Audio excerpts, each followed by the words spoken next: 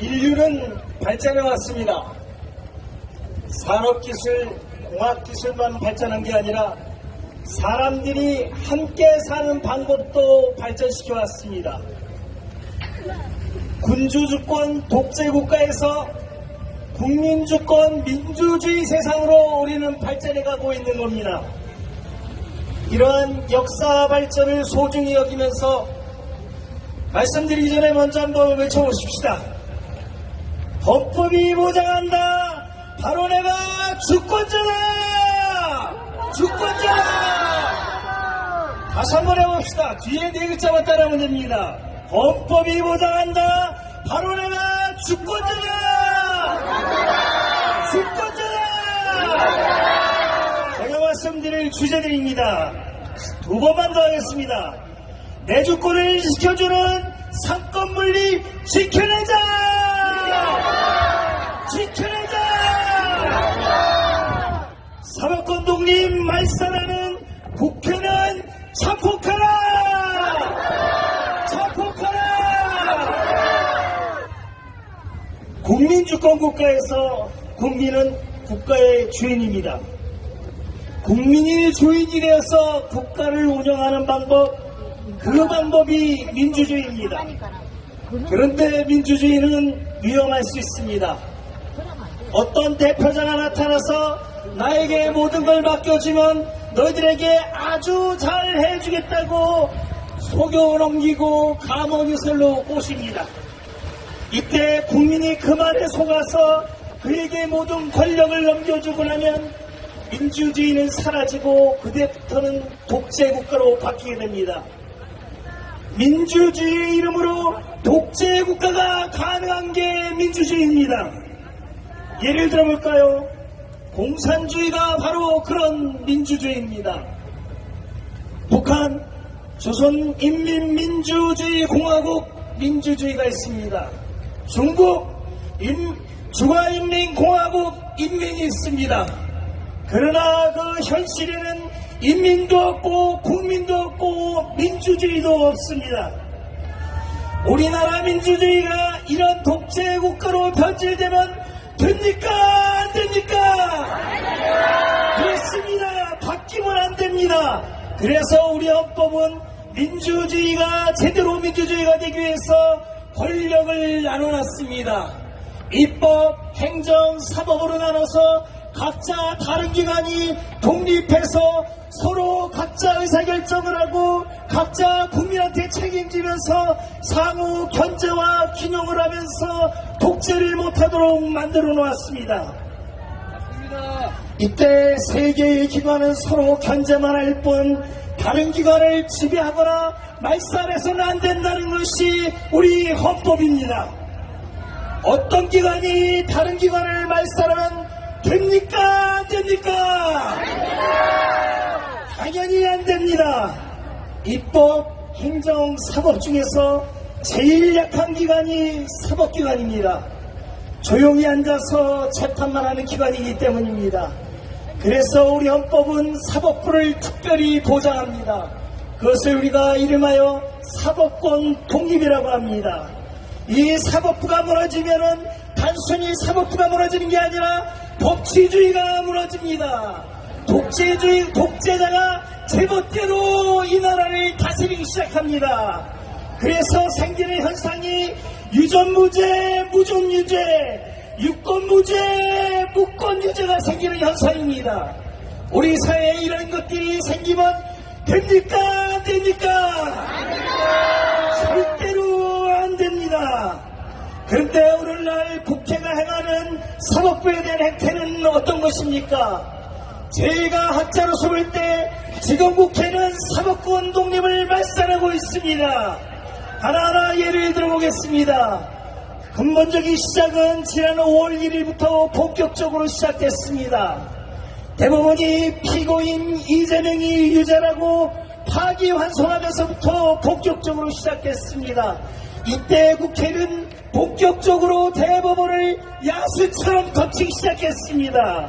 대법원장과 대법관을 적으로 간주하고 탄핵소추권을 행사하겠다, 입법권을 행사하겠다, 그리고 청문회를 하겠다는 등등 해서 이런 무기를 기초로 대법원에 전쟁을 선포했습니다.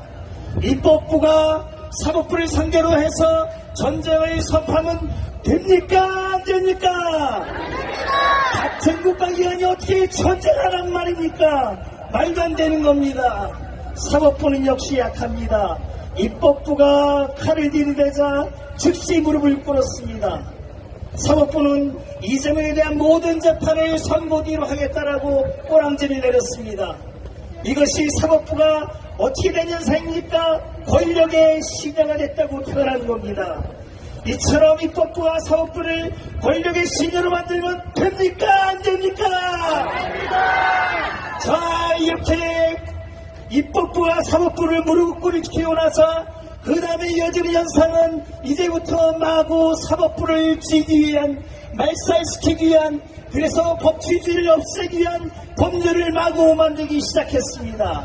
다 말씀드리기는 시간이 없고 되는 데까지 말씀드려보겠습니다. 아까 이영풍 TV에서 나왔던 이영풍 PD가 말했듯이 법원조직법을 바꿔서 대법관 숫자를 14명이 아니라 30명, 지금은 100명까지 늘리겠다 합니다.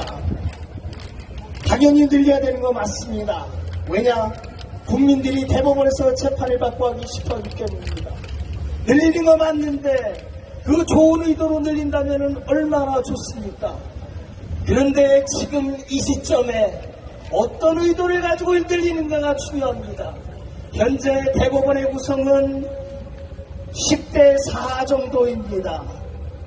입법부가 함부로 못하는 사람들이 한 10명 되고요. 쉽게 하는 사람들이 한 4사람 정도 됩니다. 이때 독재자들이 쓰는 방법이 있습니다. 대법관 숫자를 늘려버리면 됩니다. 그리고 자기 입맛에 맞는 사람을 더 많이 집어넣으면 과반수를 확보할 수 있습니다. 그러면 대법원이 독재자의 손아귀에 들어가게 됩니다. 이처럼 독재자의 손아가는 대법원을 우리가 봐야 됩니까? 안 봐야 됩니까? 맞습니다. 게다가 이 법률에는 뭐까지 써놓고 있냐면은 지금 대법관이 되기 위해서는 사법시험을 합격하거나 변호사 시험에 합격해야 되는데 앞으로는 학식과 덕망만 있으면 누구든지 대법관이 될 수 있겠다고 법률을 바꾸려고 하고 있습니다. 우리가 익히 알고 있는 김어준, 유시민, 정청래, 조국 등이 이제 대법관으로 앉아서 그들의 입맛에 맞는 재판을 할 수도 있습니다. 이렇게 되면은 대법원이 단순한 권력의 시녀가 아니라 권력의 노예로 되는 겁니다. 대법원이 권력의 노예가 되는 걸 봐야 됩니까? 안 봐야 됩니까? 그렇습니다. 지금 우리는 그런 세상에 살고 있는 겁니다. 이제 시간이 많이 갔으므로 정도를 하도록 하겠습니다. 독재자들이 하는 것은 뭘 원하는가? 공정한 재판을 원하는 것이 아니라 그때그때 내 입맛에 맞는 판결, 내 입맛에 맞는 재판을 하기를 원합니다. 대표적인 예가 무엇이겠습니까? 조희대 대법원장에 대한 특검법이 바로 그거 아닙니까? 특검법을 왜 만들겠습니까? 그 사람만 특별히 재판하겠다는 겁니다. 이미 경찰청도 있고 검찰청도 있고 공수처도 있는데 자기네들이 법으로 만든 그런 수사기관은 믿지 못하고 지멋대로 재판하기 위해서 특검법을 만든다고 합니다. 이러면 되겠습니까? 안 되겠습니까? 사법부를 개혁하는 좋은 방법들은 많이 있습니다. 법관들을 교육을 제로 시킨다든지 또 내지는 판결문을 즉시 무료로 공개하다든지 좋은 방법이 있지만 이제는 그런 것들을 이 자리에서 시간이 없어서 구체적으로 말씀 못 드립니다. 마지막으로 부탁하는 말씀으로 외쳐보면서 끝내도록 하겠습니다. 대한민국은 민주공화국입니다. 어떤 독재자, 어떤 정당 또는 어떤 집단만 잘 사는 나라가 되어서는 안 됩니다. 헌법 서문이 써놓고 있듯이 우리들과 우리들 자손의 안전과 자유와 행복을 영원히 확보하기 위해서 대한민국이 존재하는 겁니다. 외쳐봅시다. 권력 분립의 핵심 사법권 독립을 보장하라! 보장하라! 유전무죄, 무전유죄, 유권무죄, 무권유죄 이 땅에서 사라져라! 사라져라! 인류 역사, 인류 지상의 아름다운 꽃 국민주권, 민주주의 만세! 만세! 만세! 예, 주일이자 일요일인 이 화창한 뜨거운 날씨에 부산역 광장을 가득 메우시고 또 길거리에 연도에 줄비하게 서 계신 부산 시민 여러분, 여러분에게 이 대한민국의 마지막 생명줄이 얼마 남지 않았다는 것을 그것을 알리는 안타까운 마음으로 이 자리에 섰습니다. 여기 계신 여러분들은 지금 대한민국이 6.25 전쟁 때보다 더 어려운 상황에 있다는 것을 누구나 실감하고 있을 것입니다. 그렇지 않습니까, 여러분? 그러나 그때는 임시 수도 부산이 건재했습니다. 미국을 중심한 유엔군이 있었습니다. 메가드가 이끄는 인천 상륙작전이 있었습니다. 그러나 지금의 대한민국은 이 세 가지 모두가 불가능한 상황 속에 있다는 것을 또한 우리는 냉정하게 알아야 되겠습니다, 여러분. 앞서 여러 연서분들께서 말씀드렸듯이 대한민국의 자유민주주의가 무너진 지는 이미 오래되었고 정권 분립이 무너진 지도 이미 오래되었습니다. 여러분, 오죽 답답했으면 최고의 권력을 쥐고 있는 대통령이 계엄령을 발동하면서까지 나라가 이 지경에 왔다, 나라가 망하기 직전이라고 여러분에게 호소했겠습니까, 여러분? 그럼에도 불구하고 이 헌법재판소는 대통령의 고유 권한인 계엄령이 잘못됐다는 이유로 대통령을 탄핵을 했습니다. 이게 법에 맞습니까? 여러분, 왜 계엄령을 선포하게 되었는가에 대한 그 내용을 우리가 알아야 되지 않겠습니까? 왜 계엄령을 선포했습니까? 지금 대한민국은 반국가 세력, 반자유민주주의 세력, 국제적으로는 중국 공산당에게 완전히 종속되어서 나라가 완전히 망하게 되었다. 그것을 여러분 대통령이 여러분에게 호소한 건 아니겠습니까, 여러분? 아무것도 할 수 없기 때문에 국민의 힘을 빌리려고 계엄령을 선포한 것 아니겠습니까, 여러분? 이게 여러분의 현실입니다. 이제 우리가 누구를 믿겠습니까, 여러분? 행정부는 말할 것도 없고 사법부 여러분 다 지켜보지 않았습니까? 두 번의 대통령 탄핵에서 헌법재판관 16명이 16대 0의 판결을 내렸습니다. 이런 판결이 가능합니까, 여러분? 탄핵에 반대한 사람들이 어떤 이성능력, 사리 판단이 없어가지고 16대 0이 나오는 그 명확한 내용을 그걸 몰라가지고 탄핵 반대를 외쳤겠습니까, 여러분? 언론 말할 것도 없죠, 여러분. 그나마 유튜브가 있기 때문에 진실의 조그마한 부분을 알고 있고 대한민국이 어느 상황까지 왔다는 것을 겨우 유튜브 공간을 통해 가지고 알 수 있는 것이 대한민국의 언론의 현실 아니겠습니까, 여러분?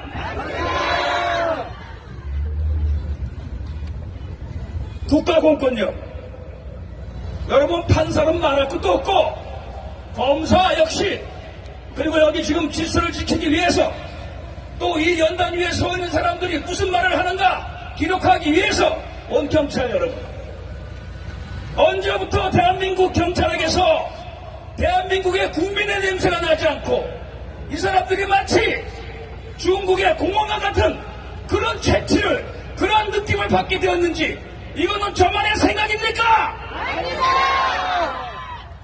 저기 계신 경찰 여러분, 여러분의 공무원이기 때문에 어쩔 수 없다는 것도 충분히 인정합니다. 그러나 나라가 이 지경까지 왔고 사실상 중국의 아가리에 지금 막 들어가고 있는 이 순간에 그래도 그대로 한두 명은 깨어 있어야 되지 않겠습니까, 여러분? 맞습니다! 여러분, 지금 우리는 흔히 그런 얘기를 합니다. 좌우 대립이다, 체제 전쟁이다. 다 맞는 얘기입니다. 그러나 좀 더 깊이 들어가게 되면은 이것은 생과 사의 싸움이라고 하는데 여러분 동의하십니까? 죽음과 사망의 싸움이라고 하는데 동의하십니까? 빛과 어둠의 싸움이라고 주장하는데 동의하십니까? 그렇다면 이걸 누가 살리겠습니까, 여러분? 누가 살리겠어요? 그렇습니다.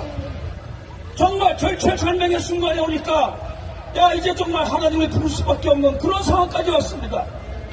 여러분 주위를 가만히 보십시오. 교회 나가시는 분들이야 당연히 하나님을 찾죠. 그러나 작년 12월 3일 이후부터 교회를 나가지 않는 사람들도 하나님을 찾습니다. 그렇지 않습니까? 스님들도 기독교 집회에 서서 나라 살리는 목소리를 외치고 있습니다. 그렇지 않습니까, 여러분? 여기 계신 여러분들이 요즘 잠이 옵니까? 대한민국의 생명이, 우리의 생명이, 나의 아들, 딸의 생명이 이제 보니까 일주일 남았을까요, 여러분? 그걸 여러분은 어느 정도 알고 계실 것입니다. 그럼에도 불구하고 아직 많은 시민들이, 많은 국민들이 깨어나지 못하고 알아도 침묵하고 또 자기의 아기 때문에 어쩔 수 없다는 이 안타까운 현실 앞에 여러분이 여기 서가지고 이 뜨거운 때 앞에서 이 얘기를 듣고 있는 건 아니겠습니까, 여러분? 이 부산은 여러분 유엔 묘지가 있습니다. 6.25 전쟁 때 16개 나라에서 당시 19살부터 21살짜리 젊은이들이 코리아가 어디에 있는지 이게 어딘지도 모르고 오로지 자유를 지키기 위해서 유엔의 명을 따라와가지고 죽어서 그 시체가 신실히 부산의 유엔 묘지에 있다는 거 여러분 알고 계시지 않습니까, 여러분? 6.25 전쟁 때 공산국가를 뺀 66개 나라가 의료진과 물품과 구호물품을 보내왔습니다. 여러분, 대한민국의 자유는, 대한민국의 민주는 우리의 것만이 아닙니다. 우리의 것이 아닌 세계의 것이고 그 청년들이 이 땅에서 죽은 피해의 대가라는 것을 알아야 되지 않겠습니까, 여러분? 우리가 못나서 국민이 어리석어서 알면서도 눈을 멀뚱멀뚱 떠가지고 하는 건 어쩔 수가 없습니다. 이 민족, 이 국가가 노예 생활해도 어쩔 수가 없어요. 그러나 지금으로부터 근 70여 년, 80여 년 전에 아무것도 모르고 와서 이 대한민국을 자유민주주의를 지키기 위해서 싸우다 죽은 그 많은 5대 양육주주의 청춘의 피는 어디서 우리가 찾아야 되겠습니까, 여러분? 이 나라는 망할 수밖에 없다고 하더라도 나는 망할 수밖에 없지 않다고 하더라도 망하면 안 돼야 되는 것이 우리 때문이 아니라 우리를 위해서, 나를 위해서 죽었던 그 수많은 청년들의 피 때문에 여러분에게 보수하는 것입니다. 마지막으로 여러분, 건국 대통령 이승만 대통령이 한성 감옥에 수감되었을 때 하나님을 만나서 상투를 끊고 다짐을 했죠. 하나님, 이 나라를 독립시켜 주시면 내 남은 인생 모든 것 다 하나님에게 바치겠습니다. 그렇게 맹세하지 않았습니까? 그게 대한민국의 독립을 이끌었고 그게 대한민국을 건국했고 오늘의 대한민국을 만든 뿌리가 아니겠습니까 여러분? 이제 우리가 그 길을 따라가야 되는데 너무나 안타깝습니다. 다행히 이번 탄핵 정국에 그 젊은 청년들이 자유의 목소리로 정의의 목소리로 들고 일어서서 시국 성명을 하고 또 요즘은 윤석열이라는 그 정치인으로 절대 부정투표는 안 된다 이런 운동을 벌이고 있습니다. 그나마 소망이 있습니다. 젊은 이승만들이 대거 등장했다는 데서 소망이 있습니다. 여러분 이 청년들을 우리가 이끌고 이 청년들을 밀어주기 위해서 남은 기간 동안 우리의 모든 혼과 정성과 기도와 정성을 모아야 되지 않겠습니까 여러분? 구호에 치고 들어가겠습니다. 자유민주주의 만세! 대한민국 만세! 하나님 만세! 감사합니다.